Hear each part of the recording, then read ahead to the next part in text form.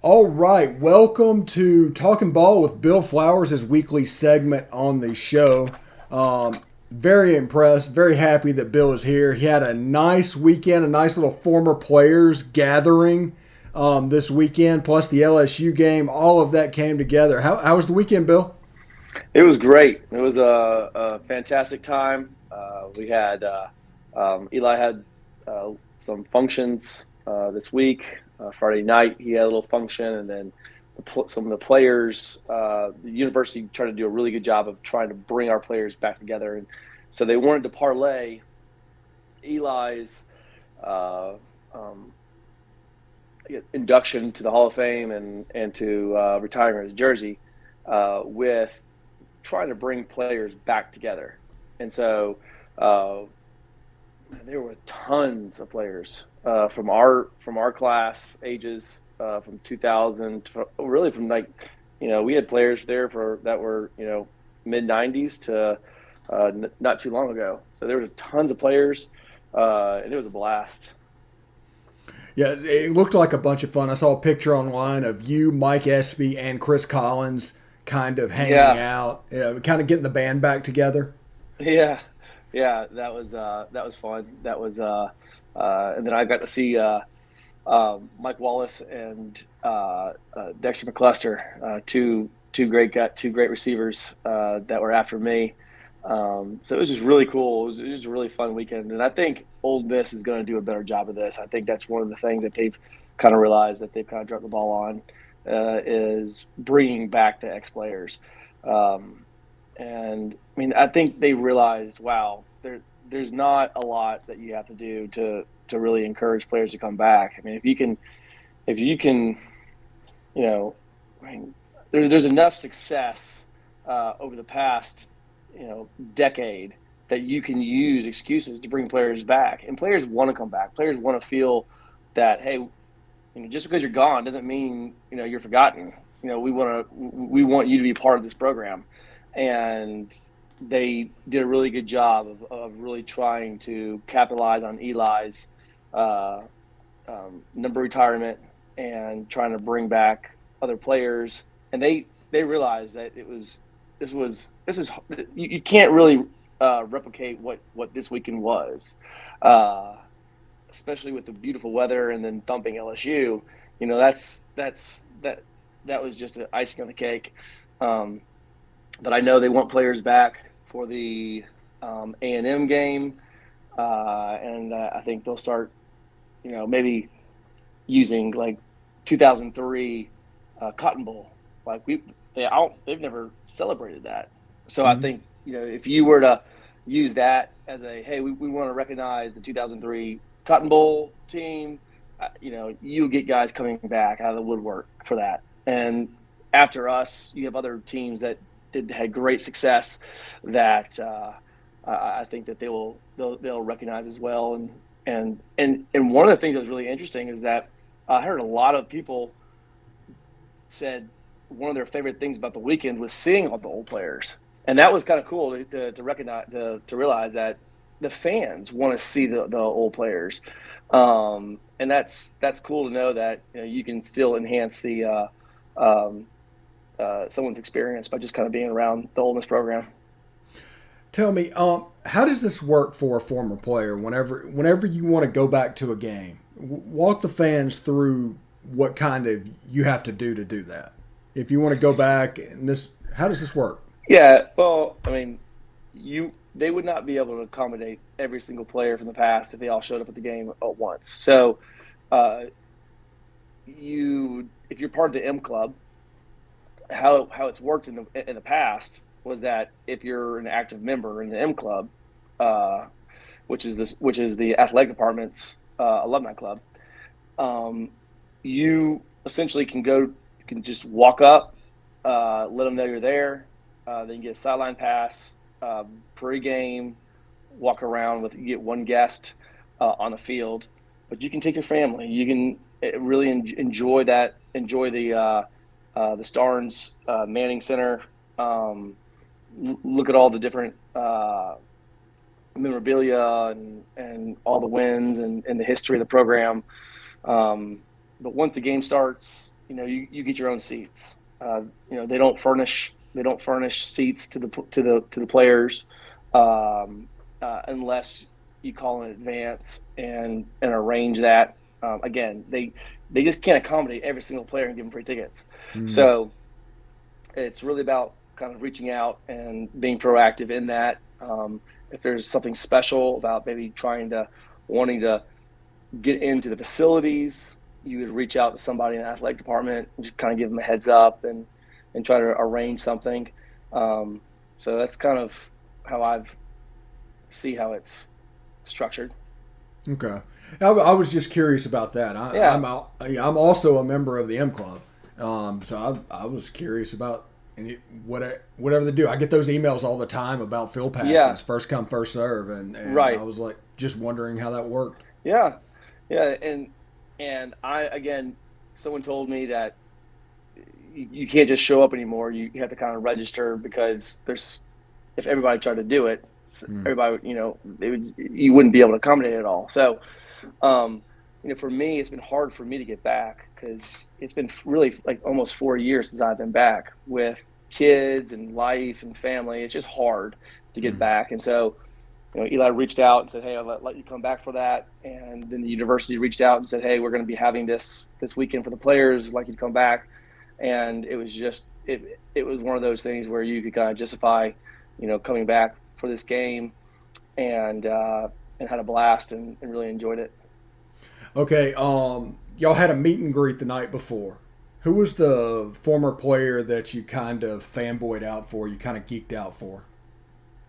Well, when I was in the training room, or not the training room, but the weight room, before I was just kind of walking around facilities, and I ran into Tim Debo. And when I saw him, I geeked out. I was like a little kid, and I was like, "Oh my gosh, that's Tim Tebow." I wasn't expecting to see him there, and he's a beast. That was really cool. Um, uh, Patrick Willis, and he and I played together. He's such a good guy.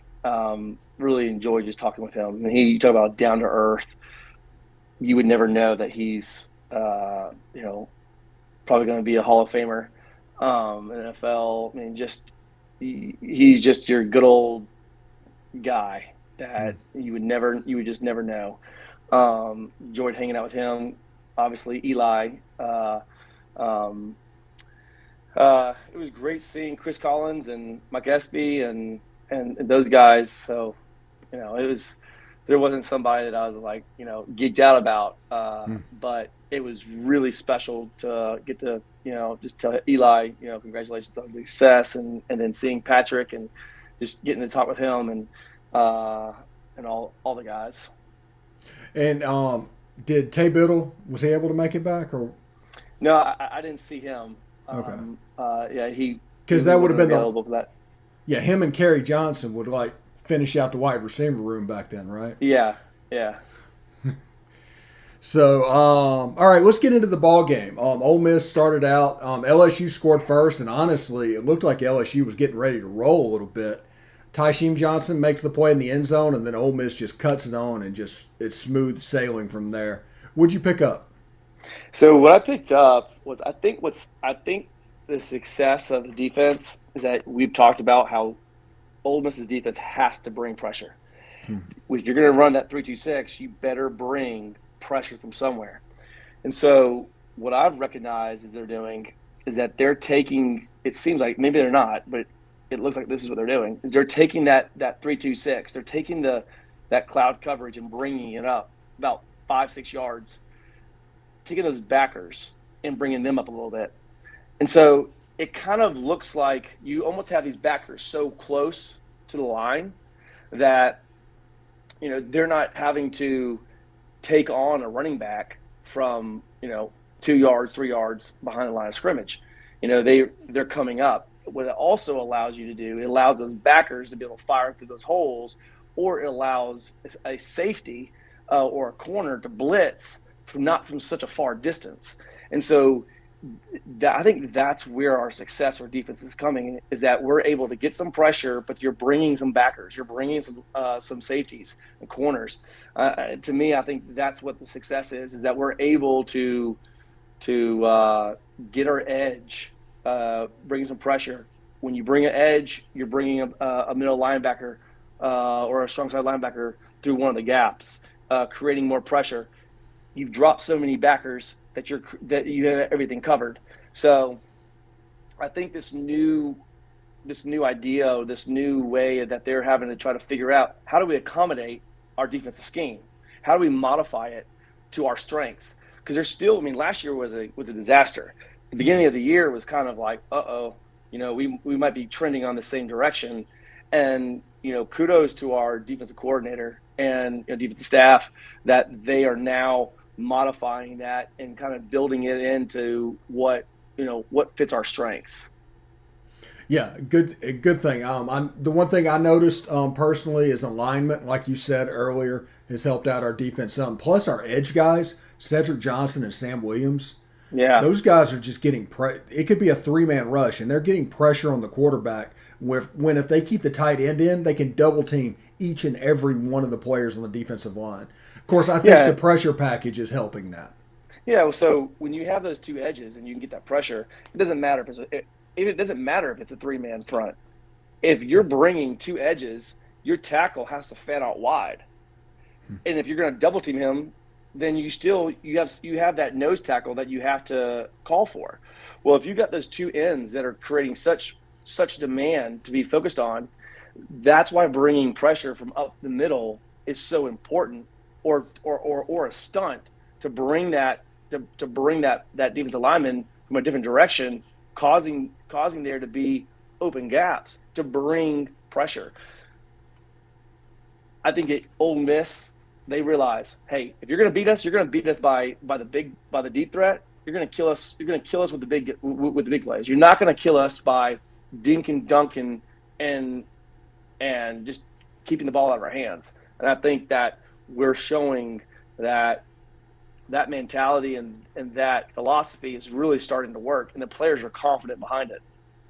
Yeah, and also I think that like Jake Springer coming into the lineup on defense, he allows them to play more 3-3 stack type defense, even though it's a 3-2-6 because he's such a Yeah, physical player. And that allows the defense to roll into some cover one and some exactly. traditional defenses. Yeah, and bring pressure. I mean, they brought pressure all day on Saturday, and it was awesome to see that. Yeah. Yeah, and moving to the offensive side of the ball, yeah, I mean, even Miles Battle caught a pass because we're so banged up at wide receiver. They kind of had a game plan of basically, let's take care of Matt Corral and get through this. But they ran the ball effectively. They got some weapons out there that you wouldn't normally expect. It was kind of a good game plan for them. It worked out well. Yeah, I was surprised at how well we ran the ball. They got Snoop Connor involved. I mean, he's a beast, and I was so glad to see him, get him involved. Really trying to feature him, and he did a great job. I was excited to see Ely start to get the ball rolling. With his, I mean, I think he had about 96 yards. And he did really well. And you could tell Drummond was hurt. I mean, he's that guy is he's just doing everything he can to provide what he needs to provide to help the wins. Um, I mean, and again, you've got Corral, who really just, I mean, he didn't have a great stat game, but no turnovers, taking what the defense gives him, making sure that the defense knows that if you give him a hole, he will take it. He slid more. He made sure to try to protect himself. I thought that was really smart. Um, and but I still wanted to see Plumlee. Uh, I mean, listen, I'm not a defensive coordinator, but I'll tell you this: if I ever see Plumlee come out of the game and they bring in number 0, I know what they're doing. They're passing, and they're going to pass to him. It doesn't. It's not. It's obvious. Whenever they want to, whenever Plumlee needs the ball, or I mean, it's crazy. I just don't understand why you're not going to utilize a player like that, because they definitely will design plays to get the ball into zero, and tens on the field all the time, and they're just not utilizing it yet. Yeah, yeah, absolutely. Moving on to Auburn. Auburn defensively is Derek Mason is going to look a lot like Vanderbilt. They're playing fairly well at the moment, and they're stopping the run. They're doing the things that you would expect of the Derek Mason defense. What are you expecting? I'm expecting, like you said, a Derek Mason defense. I'm expecting them to say, "Listen, you know what? You guys are banged up. We're going to try to press up as much as we can. We're going to try to force you guys to beat us, um, press wise, or try to put pressure on you guys. Um, and whatever we do, don't let them run." But it's hard. That's harder said than done because of the RPO, because of these little squirt passes that you can do, the motion that they provide. So I think, obviously, if you stop the run for Ole Miss, you win. And if I was the defensive coordinator, I would say, listen, you're with as banged up as you guys are, you're going to beat us by the air, and hopefully our defensive backs can uh, stop your receivers. You know, that's what it is.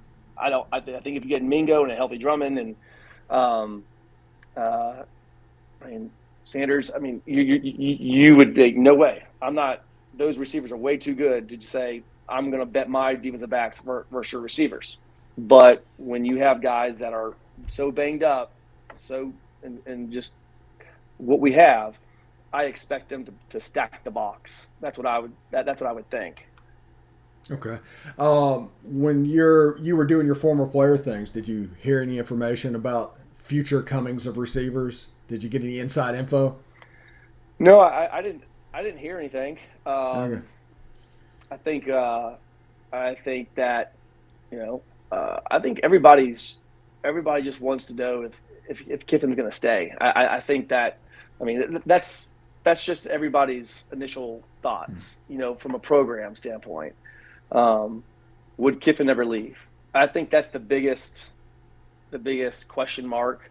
And from a recruiting standpoint, if I was another team, I would use that. I would say, well, if you're a receiver or you're a quarterback, aren't you kind of a little concerned that he might leave or whatever? So didn't hear anything about future guys, but you know, this was a weekend that if you wanted to make a great recruiting weekend, you could not have made it any better. You could Mm-hmm. not have. If I was a receiver, if I was a quarterback, if I mean, Ole Miss is a school that has created a great atmosphere. It's player friendly. I mean, look at the uniforms, look at the culture. I mean, it's a really cool environment that they've created, um, and you're still building something. And I think that's what they still have the opportunity to say, listen, you guys want to build this and make this a top tier championship team year in year out. So I think they're on their way to building that, but didn't hear anything, in general about any specific players. Okay. Yeah, But I was Arch was curious about. there. Yeah, But Arch yeah, was we there. saw pictures, and he was apparently wearing an Ole Miss hat. I don't know if that means anything. Probably nothing, but he was doing that, and he was signing autographs. That was weird. I saw a picture of him signing autographs on the field. So Well, I don't. Man, he gets mobbed. He gets mobbed. So if you're a Manning, you're gonna get mobbed, and I don't know if that's a good thing or a bad thing, or you know, I would probably think that he'd probably get a little less, not attention, but maybe a little more air to breathe at other schools. But you go to Ole Miss, there's a lot of pressure, just being a Manning, but there's also a lot of, you know, you're just going to get mauled. So it'll be interesting to see how that all that plays out. yeah, in the age of NIL, by the way, Arch Manning at Ole Miss could make multi-million dollars while he's in school each year. Well, I don't think it's just Ole Miss. I think it's any school he goes to. I mean, Yeah, the national look. stuff he could get anywhere, but the Mississippi specific stuff with the last name Manning, Oh, that's yeah. that's going to be special here. Well, I guess, yeah, yeah, that would be. He just opened up the bank account. You're right, Yeah. 100%. So it looks pretty good. But we'll go back to Auburn real quick. Yep. What are you expecting from Auburn offensively? They run kind of a pro spread. They honestly look a little bit like LSU. What are you expecting this from them this Yeah, weekend? I I think Auburn. I think Auburn was probably pretty concerned with what they saw on Saturday with Ole Miss and the LSU offense. You're exactly right. Auburn and LSU are very much alike, and the thing that would probably concern Auburn the most is that uh, Nix is not a stay in the pocket quarterback. He is a get out of the pocket quarterback. He does not feel comfortable sitting there. He does not do well under pressure, and if you get him out under pressure, you know that's where you're able to help. That's where you're able to make quarterbacks make mistakes, and so it's either going to be a perfect scenario for him that he gets out and we break containment and don't do our containment, and he'll run, or he's going to have to sit there and he's going to have to make some plays with his feet, and he's at home and he's usually better at home than he's away. But you still have a defense that's showing you that they can get after you. They're very fast. They can make plays. It doesn't matter if you're going to run. If you're going to run, they're going to catch you, or you better not make mistakes. And I think that's what we're doing this year is we're capitalizing on these mistakes. So I just think I think you're going to see a lot of Knicks having to break containment, having to get out of the pocket, and I think we're going to get on him faster than he's expecting it, and then he's going to have to either make that throw, or he's going to give us the opportunity to make a lot of interceptions. We'll tell you one thing that is concerning, and that people were telling me this before the game, is that our defensive backs do not look for the ball, and I was like, and so they were that first drive, LSU threw a deep post, and our safety he was just running with them, and I'm thinking, look up, and you're gonna catch the ball. And the guy sitting next to me goes, I told you they don't look for the ball. And that happened a number of times. And so when you have guys that are breaking and you have a quarterback that's running for his life and they're throwing the ball, I mean, come on, we should have had more interceptions than we did last week, which is pretty impressive. Yeah, and Bo Nix is known for throwing you the ball from time to time. So with our drop eight that we play, on some plays that we blitz them all, on some plays we go back, it's kind of back and forth. There's three safeties that are going to cover the deep end of the field, so that is something we could use to our advantage. The thing I'm worried about is Tank Bigsby and Jarquez Hunter. Between them, they're close to 1,000 yards this season. Yeah. I think Jarquez Hunter is averaging like 8.9 yards per carry, or some ludicrous amount. Those are probably the two players that I'm most worried about this game. Yeah, well, of course. I mean, it's like what I said with Ole Miss. You take away our run game, and you beat us. You take away their run game, and you beat them. You take our defense and what we're doing.